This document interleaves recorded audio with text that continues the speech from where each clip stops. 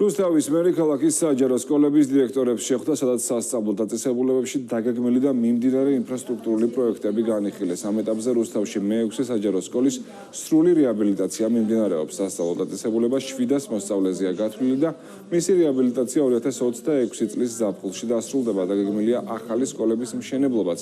ინფრასტრუქტურის სამინისტროს მუნიციპალური განვითარების ფონდი რუსთავის ნომერ 1, მე-2 და მე-16 საჯარო სკოლებში სამუშაოებს ეტაპობრივად დაიწყებს.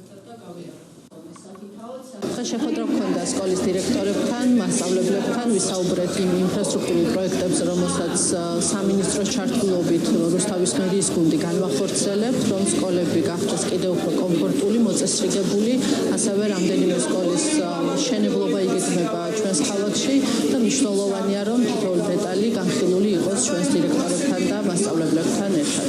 შეიქმნა ჯგუფი, რომელმაც ჩამოიარა სკოლებში, უკვე შეისწავლა სკოლების სიტუაცია. დღეს გქონდა შეხვედრა, რომელიც ძალიან ნაყოფიერად მიმაჩნია, იმიტომ რომ მთლიანად დავინახეთ, რა დამოკიდებულებით არის ქალაქის მერი, პირველი პირი თუ მისი მოადგილეები, როგორ გეგმავენ და რას გეგმავენ სკოლებთან მიმართებაში.